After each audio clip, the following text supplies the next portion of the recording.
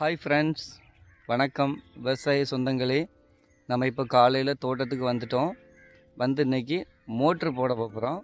அதை பற்றி எப்படின்றத இன்றைக்கி நம்ம வீடியோவில் பார்க்கலாம்.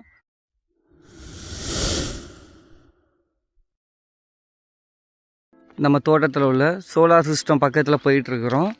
அதில் வந்து நம்ம இப்போ எப்படி மோட்டார் ஆன் பண்ண போகிறோம் அப்படிங்கிறத பார்ப்போம். இன்றைக்கி காலையில் நல்ல வெயில் அடிக்குது. இதுதான் நம்ம தோட்டத்தோட போரு. இதில் இருந்து தான் நம்ம தோட்டத்துக்கு ஃபுல்லாக தண்ணி சப்ளை பண்ண போகிறோம். நம்ம மோட்டார் பக்கத்தில் வந்துட்டோம். இதுதான் நம்ம தோட்டத்தோட சோலார் சிஸ்டம்.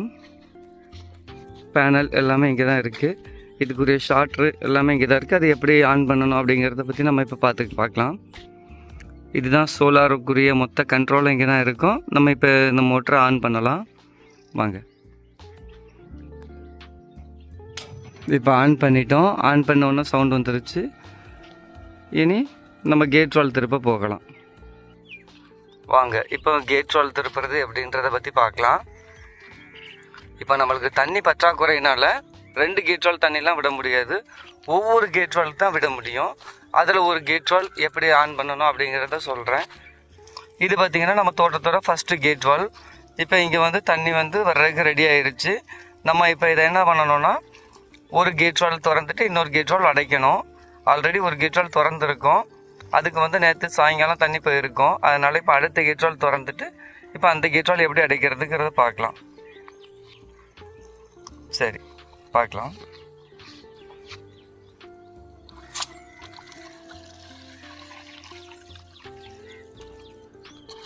அவ்வளோதான். கேட் வால் திறந்ததுனால இப்போ அந்த கேட் வால் தண்ணி போகும். இப்போ இங்கே அடைச்சிட்டோம். இப்போ பார்த்திங்கன்னா நம்ம தண்ணி வந்து திருப்பி விட்டுட்டோம். இனி வந்து காலையில் தோட்டத்துக்கு வந்ததும் வேலையை நம்ம என்ன செய்யணும் தெரியுமா? தோட்டத்தை ஃபுல்லாக சுற்றி பார்க்கணும். தோட்டத்தில் உள்ள மரங்கள் ஏதாவது வித்தியாசமாக இருக்குதா, நோய் வந்திருக்கா, பூலாம் கொட்டி இருக்கா, இல்லைன்னா ஏதாவது வேறு ஏதாவது சிம்டம்ஸ் இருக்கா அப்படிங்கிறத நம்ம வந்து பார்க்கணும். அதுக்காக தோட்டத்துக்கிட்ட உள்ளே வந்து நம்ம மரத்துக்கிட்டோடு அப்படி சுற்றி பார்க்கும்போதுல அப்படியே மரத்துக்கிட்ட பேசிக்கிட்டே வரணும். ஹாய், நான் மரங்களே எப்படி இருக்கீங்க, நல்லா இருக்கீங்களா, உங்களுக்கு என்ன தேவை அப்படின்ட்டு நம்ம ஏதாவது மனசுலேருந்து பேசணுன்னா அது நம்ம மனசை புரிஞ்சுட்டு அதுவும் நம்மக்கிட்ட பேசும். இப்போ பார்த்திங்கன்னா இந்த மரத்தை சுற்றி நல்ல களையாக இருக்கும். இந்த களை வந்து இப்போ 2 வாரத்துக்கு முன்னாடி பெஞ்ச மழை, அப்புறமா இப்போ 2 நாளாக பெஞ்சது மழை. அந்த மழையினால் இவ்வளோ களைகள் வந்துட்டு இந்த களைகளை எப்படி நாங்கள் கட்டுப்படுத்துகிறோம் அப்படிங்கிறத பற்றி அடுத்த வீடியோவில் வர பார்த்துக்கிட்டே இருக்கலாம். வாங்க, இப்போ அப்படியே மரத்துக்கிட்ட நம்ம பேசிக்கிட்டே போகலாம். இப்போ பார்த்திங்கன்னா 2 நாளாக பெஞ்ச மழையில் மரத்தில் இருந்த பூ எல்லாமே கொட்டி இப்போ மரத்தில் பூவே தெரியாது நம்மளுக்கு. அதனால் இப்போ வந்து இனி வந்து இருக்கிற பிஞ்சுகள் மட்டும்தான். இனி வந்து புதுசாக பூத்து பிஞ்சு இறங்கணுன்னா அதுக்கு வந்து டைம் எடுக்கும். அதுக்கு நம்மளுக்கு இனி டைம் இல்லை. ஏன்னா இனி வந்து மழைக்காலம் தொடங்கிடுச்சு.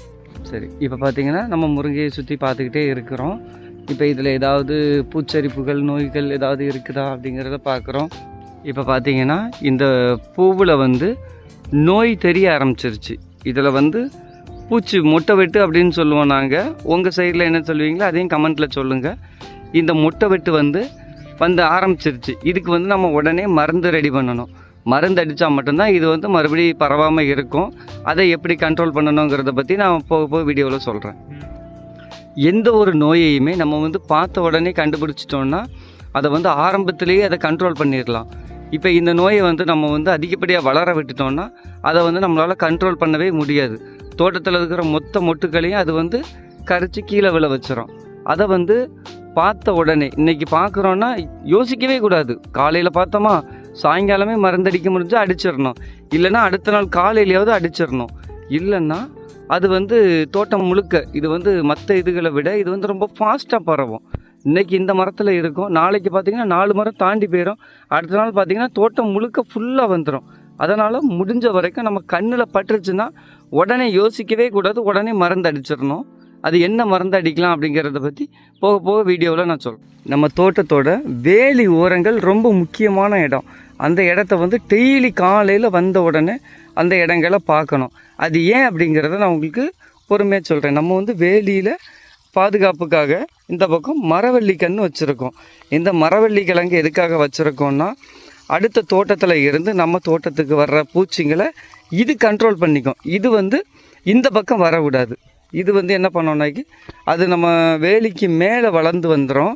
வளர்ந்து வந்ததுக்கப்புறம் அங்கேருந்து வர்ற பூச்சிகள்லாம் இதிலே நின்றுக்கிடும்.